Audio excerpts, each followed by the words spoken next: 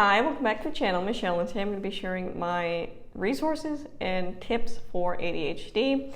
So if you're new to my channel, my 7-year-old was diagnosed with ADHD this past year. This was our first homeschooling year with an official diagnosis. So I've been getting in the comments if I could share different resources or tips for a child with ADHD, and I wanted to make this video. So I'm going to start by saying that each child is unique, that ADHD is not a one-size-fits-all, that symptoms present itself differently in each child, so what may work for one child may not work for another. So I just want to start with that. But I'm going to be sharing what has worked for my specific child in both resources and tips. So when my daughter was diagnosed with ADHD, and even prior to that, I knew that her brain worked a little differently. And that's just from years of experience working with children in the past, also working with my oldest. I knew that something was going there. And one of the things I really liked about the Mama Librarian, I'll link her video down below, she talks about how you don't have to wait for a diagnosis to treat the symptom. And I think that's really good advice. So before even a diagnosis, I was implementing things to help where I noticed there was problem areas. So one of the things I noticed a problem area for her in particular was reading. Reading is a struggle, which makes sense because it takes a lot of focus to read and a lot of working memory to recall information. So I noticed that she was having some difficulty with that. So I started looking into more books on cognitive development and how the brain learns, how the brain specifically learns reading. So I want to share some of the resources I have for this. So I got the Reading Zone by Nancy Atwell. I've read a couple books by her so far, and I really do enjoy them. I bought this from Thrift Books. It was not expensive at all. And it talks about how to help kids become passionate, skilled, habitual, critical readers. So it was informational. And I think that's really important, that when you notice something going on with your child, or something doesn't seem right, or they're not progressing in a way that you think would be at a normal rate, that you research into why that is. And really the first step to figuring that out is reading about normal cognitive development, or whatever issue they're having, reading about what is scientifically, what developmentally should they be at. That way you can kind of figure out where your child needs more support. And I think the knee-jerk reaction in homeschooling, at least online, is to just switch a curriculum. Switch to something else that will magically make everything in. Okay, that's not how it works, especially with an ADHD child. You really need to do your research. You really need to provide the scaffolding to get your child to a place where they can understand it better, to really meet them where they're at. In order to meet them where they're at, you have to understand where they're at. So I really encourage you to read books specific to the different areas your child is struggling with. Books preferably done by scientists, PhD, people who have studied the field extensively, not just somebody's opinion. That's my opinion. I do prefer, fact-based information. So that was an example of something I've done for her. I saw a need, and I took it upon myself to learn more about that specific area. Same with my 4-year-old. He was having some difficulties with segmenting words and finding specific letter sounds. So again, looked more into that, picked up another homeschool mom lent me this Reading Reflex to kind of help that specific area he was struggling in, learning more about how to read. And again, this also helped as well. But my oldest, I didn't have to do this type of research because she took to reading a lot more naturally, and I'm pretty sure she could learn to read without me. And she likes to say she taught herself, but I like to remind her that I was in fact there and helping as well. But that can show you different levels that your children are at. I never had to do this type of look into cognitive science and reading and all how the brain works, specifically with that area with my previous child, because she didn't struggle in it. So when your child's struggling, learn more about that area they're struggling in. Same with my 7-year-old now. I'm looking into reading, right? And I'm looking at different resources for this particular child now that I know how her brain kind of works better. And my first step is to do research on different reading. So got these from the library to learn more about the program. And again, the Writing Revolution, Writing with Ease, does dive a little into, why that process works. And I think that is helpful. And just really broadening my horizons to, this is a very different child than my oldest. So figuring out how best to meet her needs is really important. And that just means looking at different types of books. So I've started looking into narration and dictation. Not a fan of this book, FYI. I do prefer more the nonfiction science-based books that explain, why this is the way it is, opposed to people's opinions. But again, broadening my horizons, learning new things. Same thing with my oldest when she was struggling with math. Again, really tried to figure out how the brain works with math. So I read Mathematical Mindsets. This was really changing, altering in my homeschool, and really made me embrace the growth mindset. But I bring these to show you, because when you notice a need, you need to understand that need better. You need to understand how their brain works. And one of the first things I did with my 7-year-old was to really figure out how the brain works. And a lot of the books I'm going to talk about aren't necessarily aimed at children or adults with ADHD. A lot of them are aimed at just how the brain works and how is that beneficial. I think understanding how a typical brain works better helps you understand how the ADHD brain differs. And especially for me, I'm a neurotypical person. I do not have ADHD. I am very structured, organized, all the things that is consistent with neurotypical people. So understanding how my brain works and how her brain works and how we communicate the things we need to between those brains is really important. I don't know how her brain works, so unless she's able to communicate things, and unless I have a base knowledge of how a typical brain works, I'm not going to be able to understand how best to help her. So to learn specifically about cognitive development, some of the things I looked at were Barbara Oakley books, and I talk about these in a previous What I've Been Reading book. If you notice, in my What I've Been Reading books, a lot of them are nonfiction things aimed at my children that I'm trying to learn more about or help them with, or they're struggling with, or just to gain more knowledge so I can teach them better. Big important part of teaching, continuing education. So Barbara Oakley did the Uncommon Sense teaching. She did Mind for Numbers and Learning How to Learn, which I actually own this one. This is aimed at more teenagers, middle school, high school. It's kind of combined the information from a Mind for Numbers and put it in kid form, or a more easily accessible way for children to learn. But learning, and this is not specifically aimed at someone with ADHD, but I think learning how the brain works and different techniques that you can use for studying is really important, especially because a lot of the techniques in here can be applied to my ADHD child. One of the things in a lot of her books is retrieval practice, working memory, understanding the difference between working memory and long-term memory, and understanding that an ADHD brain will often have trouble with working memory. And you can't change your memory. You get what you get and you don't throw a fit. But you can also help with that. And one of the things I learned in her books is that background knowledge helps with working memory. If they have more to grasp onto, they are more likely to hold on to information. And this is really important for my child who has ADHD and has issues remembering things and long-term memory.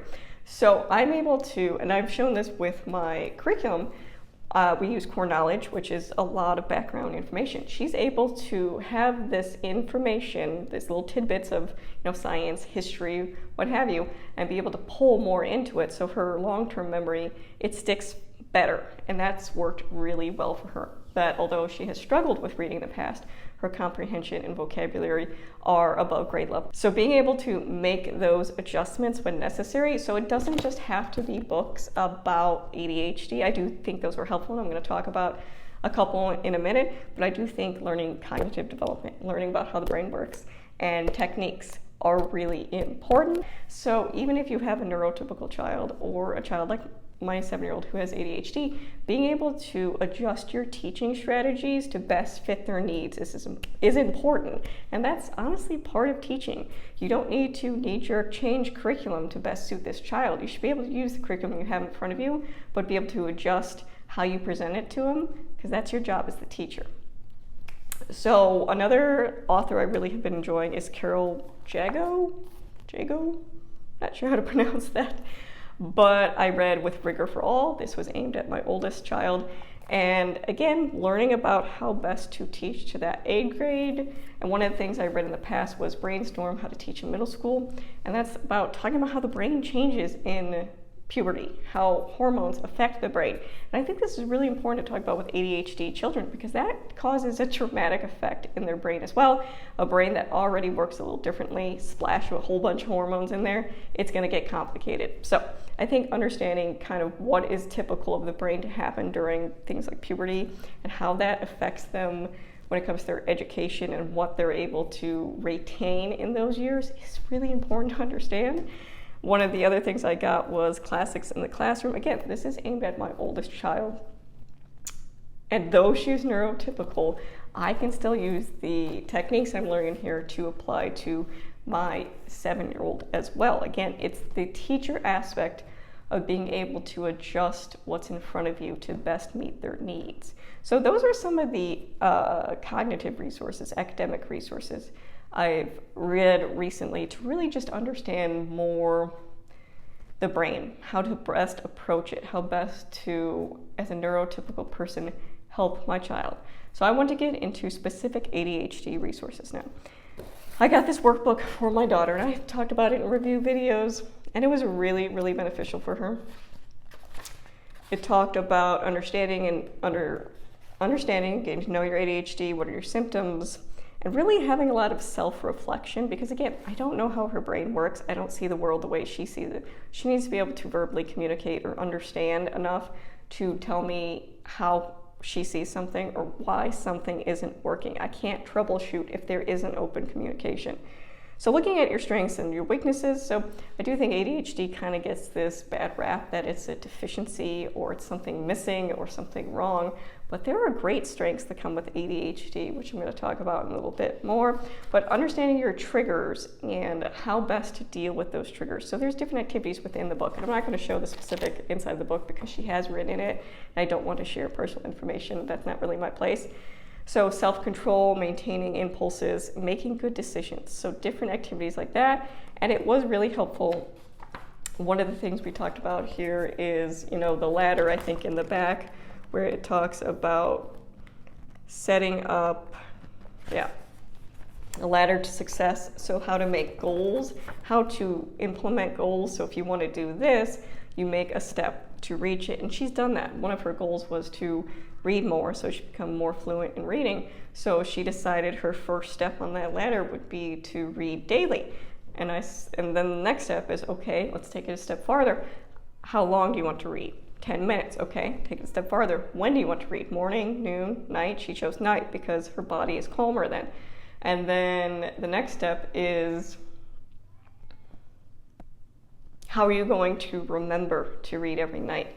And that's when Post-its came out. And again, ideas in here that, and I will add to this when I give my tips at the end, Post-its. So little visual reminders for her to remember to do those things. So we have Post-its on our bathrooms. We have Post-its on our counters. She has Post-its in her room. But these are visual reminders. And again, scaffolding that will help her in the future. I think one of the benefits of having her diagnosed and recognizing that these things were different in her brain at a young age is I have the opportunity to scaffold her before those crazy hormone years come and affect her brain greatly, that hopefully I can scaffold and provide enough systems in place that really help her function to her best ability.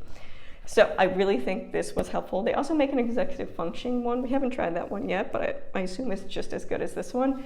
But this is a good activity to really self-reflect and understand. One of the things that we still use is the pebble, brick, and boulder. So when she's looking at something to do, it can be overwhelming, especially for an ADHD brain when you have a lot in front of you or you really have to pick something to do off a list. It can be, paralyzing almost to kind of figure out what you're going to do. So we still to this day use the pebble, the brick, or the boulder. What do you want to tackle first? The small little pebble thing you have to do, or do you want to get out of the way the really big boulder thing you have to do? And that, just rephrasing that in their brain, especially with my younger child, because I don't think there's a ton of talk about when it's a ADHD child that's younger. I do know Project Happy Home has a whole series on ADHD, which I encourage you to watch because it is helpful. So she does talk about that, but specifically for younger kids, I think this is helpful, but also older kids as well. We did a lot of the activities verbally because she doesn't need to be writing, every single strength she has at her age, but it is used across multiple ages, and I think it is helpful.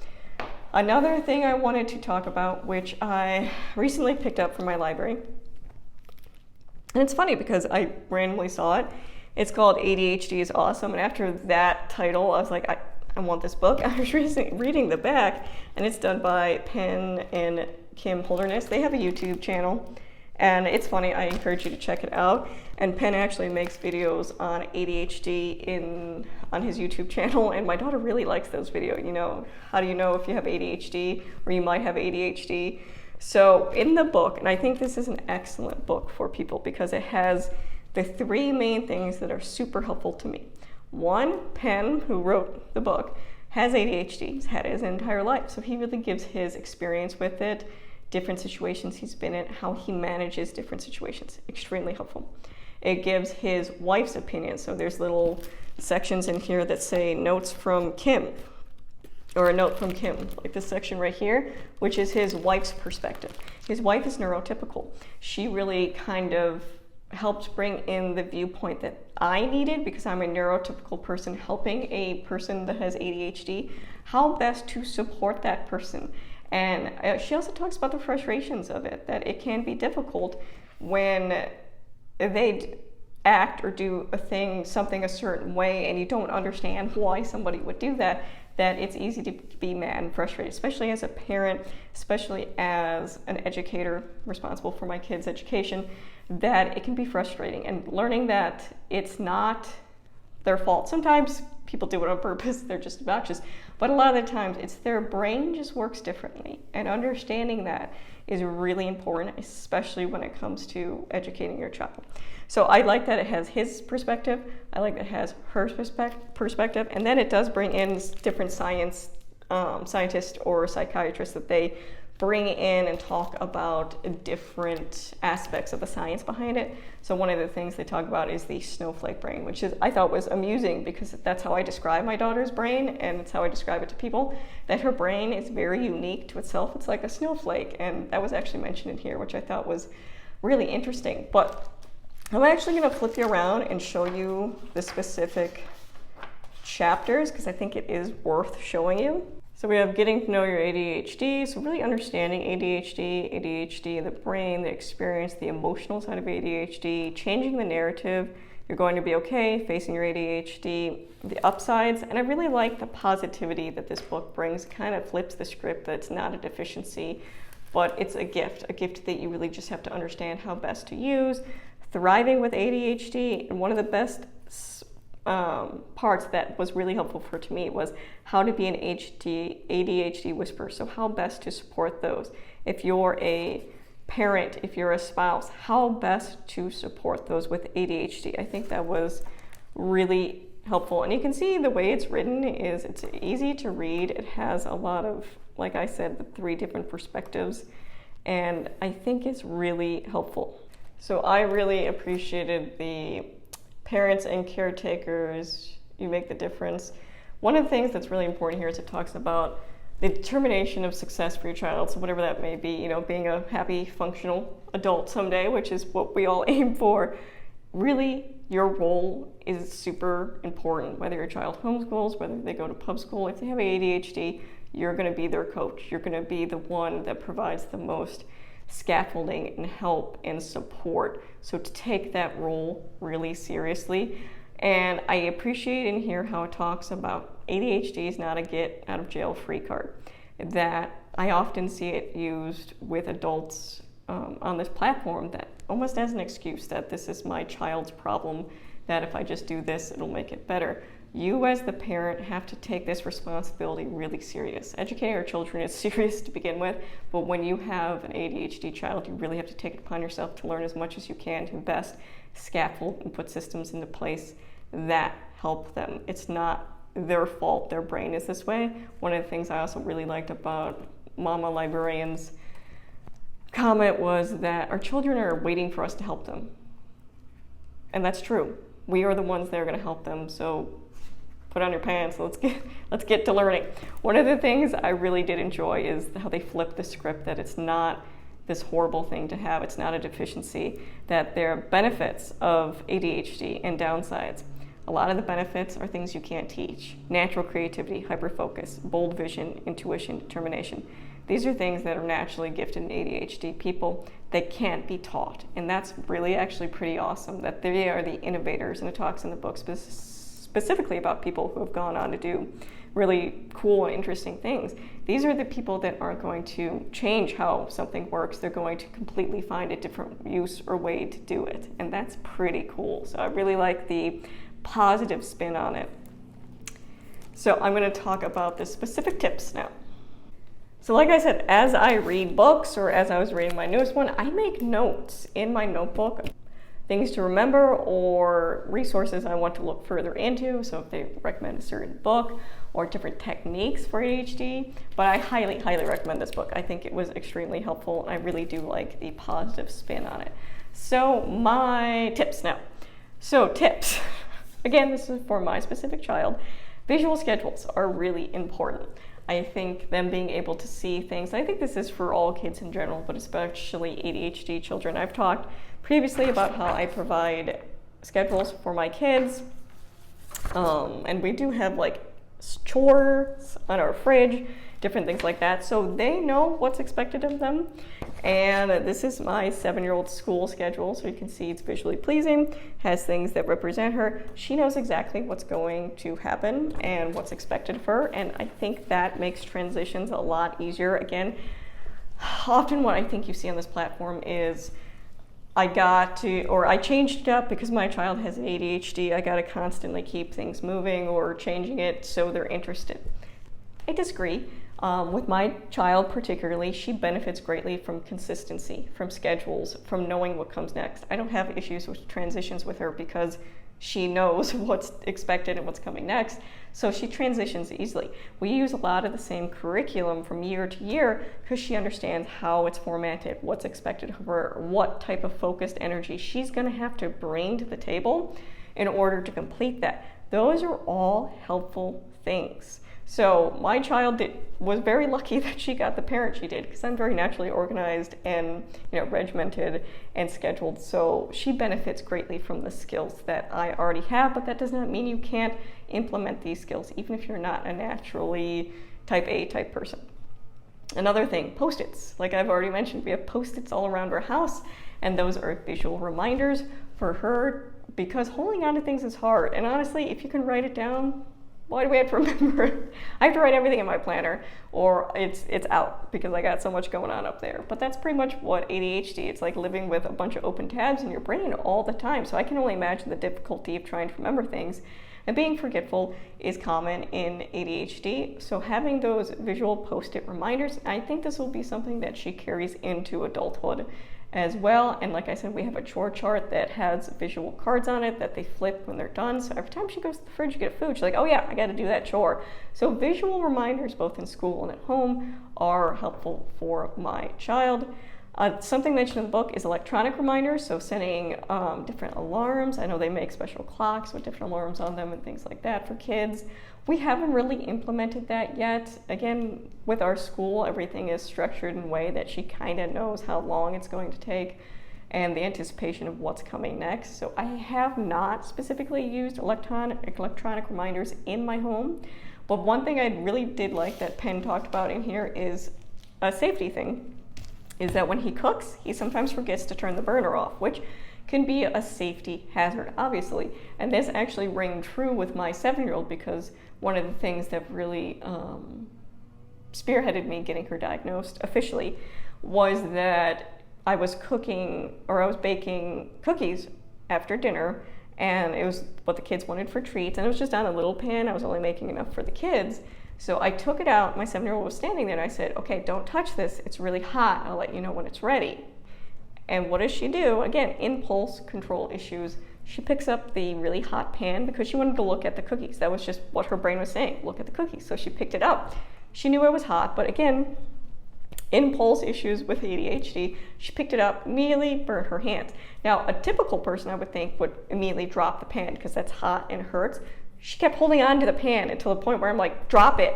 And she dropped it on the floor. But that's what spearheaded me into getting her official diagnosis, because I knew that was not a typical response at all, and it was dangerous. She did, and luckily she was fine. She had some small blistering, and we took her to the doctor right away, and they said, you know, just keep it moist and whatever.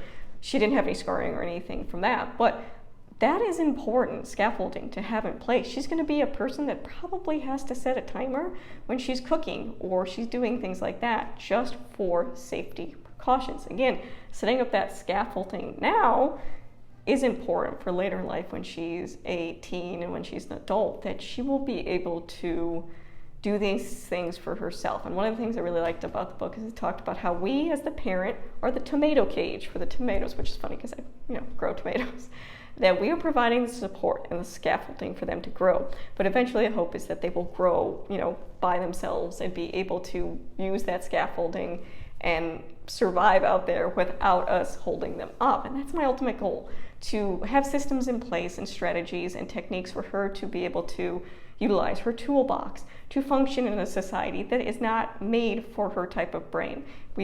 Society is a very neurotypical place. And I think because my background with her having celiac disease, she was diagnosed at 3.5, she's already different from the rest of society. She already has to implement different things. If you didn't know, celiac disease is an autoimmune condition. She can't have anything with gluten, which you think would be easy, just don't eat anything with gluten. There's a whole other side to that, and that's a whole other side of my channel, actually, is really talking about celiac disease. So I'm already accustomed to the world not really accepting my child for who she is. So this is another piece of that. So I think actually having that mindset and previous experience going into it, I know that the world's not going to be, embracing of how her brain works, but that doesn't mean she can't do wonderful. So the next one is put things where you need them. So having places where things go, because again, you're forgetful. With older, it's keys, phone, things like that. With her, it's shoes, socks. Socks are always in the most random places in my house, and they usually become Barbie clothes, or she likes to turn typical things into things you wouldn't normally think they'd be used for. She loves the recycling bin to make all these different things. But again, that's a gift of ADHD, not a deficiency. And realizing that if I have, this is where our shoes go. So we have a place where all our shoes go. So she doesn't spend 5 minutes and have a meltdown because she can't find her shoes because they're in completely different places in the house. Or clothes. She got in the habit of taking everything out of her drawer, looking for something specific. So I implemented little bins in her drawer that have shirts, that have shorts, that have pajamas. So it eliminates that frustration for her by having a system in place. That's a tip. Figuring out where best to meet your child's needs. And Penn talks about this in his book. When he was younger, his mother would implement certain things for him way before ADHD was a common thing, so he would best function. Next is having weekly planners, not monthly planners. And this, for my 7-year-old makes sense because she's 7, but it's less overwhelming to see things on a weekly basis than it is a whole monthly spread that can be overwhelming. Next is minimize their workspaces. So I know it's common and you want the kid in front of the window and their desk or whatever. Minimal is best. So for my specific children, they all work in separate areas when they're doing school. That's just what benefits them. They get distracted easily or they get annoyed by noise. My 7-year-old has noise canceling headphones that she uses when it's too loud. She is in the dining room. That's where she does school. I'll link up my homeschool spaces video. But that's where she works the best at. There's minimal distraction. And she can move from different chairs. She can work on the floor if she wants to. They have the freedom to move as necessary, but there's nothing to really distract her in the dining room. And there's also a door that I can close and kind of help with the noise and the distraction of that.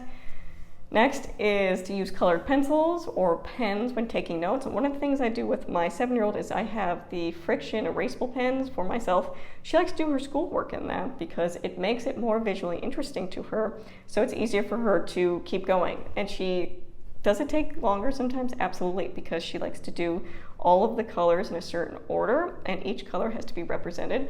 So it does, in that way, take longer, but it's also keeping her interested and holding her attention span longer. Next one is ADHD brains are very mission-oriented or goal-oriented. So you can use this to your advantage. Now, I am not a typical person that rewards my children for, doing their work. I think your work is reward enough. This is your expectations. This is what you're supposed to be doing. So I'm not going to necessarily give out candy for job completion, which is what my oldest did in public school. But what I do is, well, let's see how many problems we can do in 10 minutes. And she loves that, because then it's, can I beat the clock? Beating the clock is a very important game in my house. When we're cleaning up toys, it's like, we got 25 minutes. Let's see how much of this house we can get picked up. And she'll run around, because one of the benefits of ADHD is they can boom, boom, boom, boom, boom, really quick. She can do it really quick. 25 minutes, all the toys were picked up, everything was put away. It was amazing. So using that mission or goal oriented, not necessarily like here's a cookie for completion or here's a toy, but having them have a goal set, it makes it more interesting to their brain, and it's easier for them to connect to what you're doing. Next would be monkey see, monkey do. You, again, have to model the behavior you want. So one of the things I do in my homeschooling is my kids see me reading and prepping and preparing for homeschool. They know that this is my job, that I'm coming prepared to work. Just like when I sit down with them, they are prepared to work. It's a two-way street here. We both have to do our part, and modeling that behavior. When I put my shoes away, I put them where they go. I don't leave my shoes in the middle of the floor, although I'm tempted sometimes.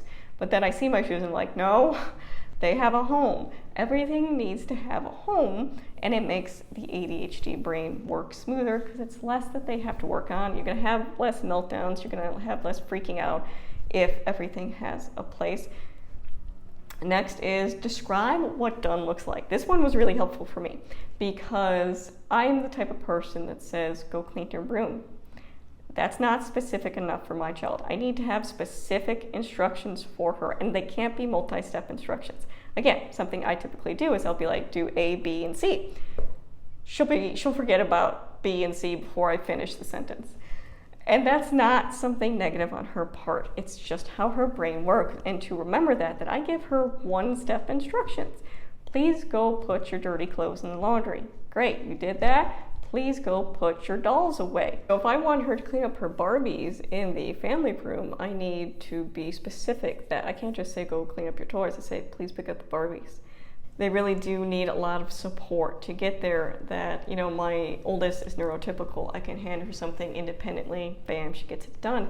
My 7-year-old, I have to be more there to guide her with. And that's just part of having ADHD. And I think sometimes online you've given the impression that medication, just give medication, everything will solve the problem. I think medication is a great tool. It's something that I don't think is necessary for my child at this point.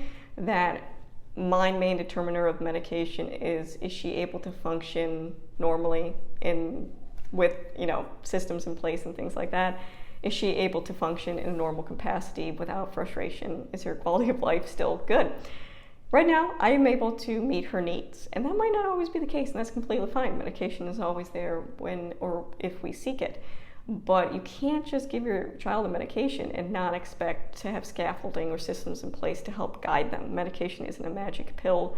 That you will still need to do the work as an ADHD parent to really help them meet them where they're at, and really help them grow and learn best how to function in a society that's not meant for them and doesn't really adhere to what they need necessarily.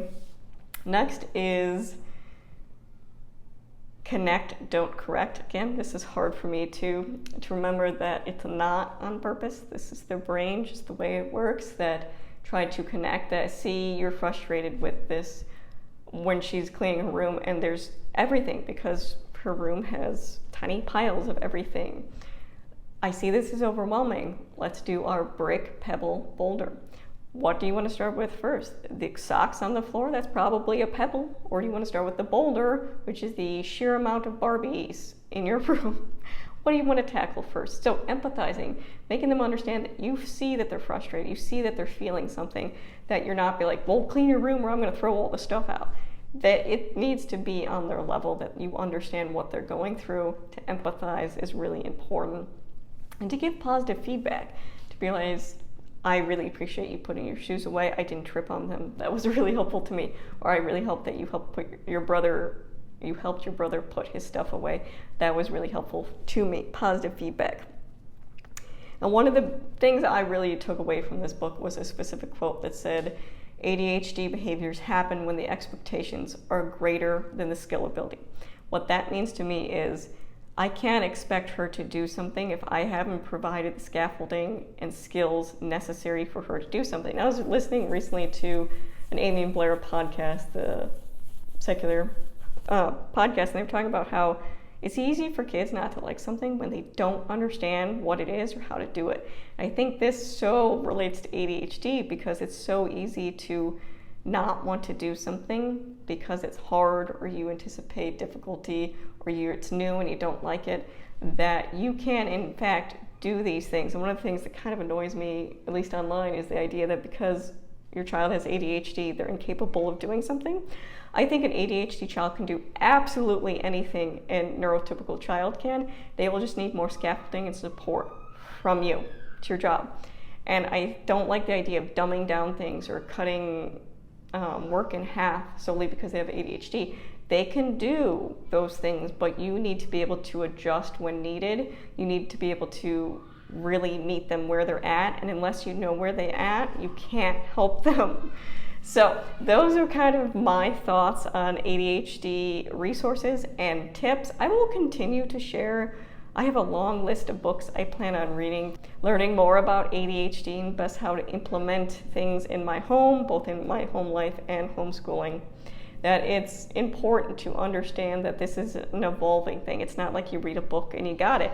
As my daughter gets older and hits those teen years and adult years, I'm going to have to continue to learn more about how best to meet where she's at. This is a continuing education. This isn't a one-done type deal. You continue to have to learn more and put more effort into it. It will benefit both you and your child, and it will make things easier for them in the long run. But you're going to have to put some work up front and continue to put some work in too.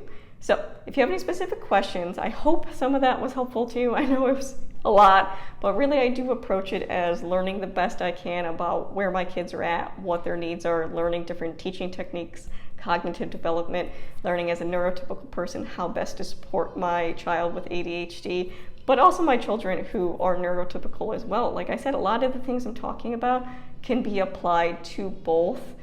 But usually ADHD children will need more scaffolding than a typical neurotypical child. So if you have any questions, leave them down below. If not, thank you for watching.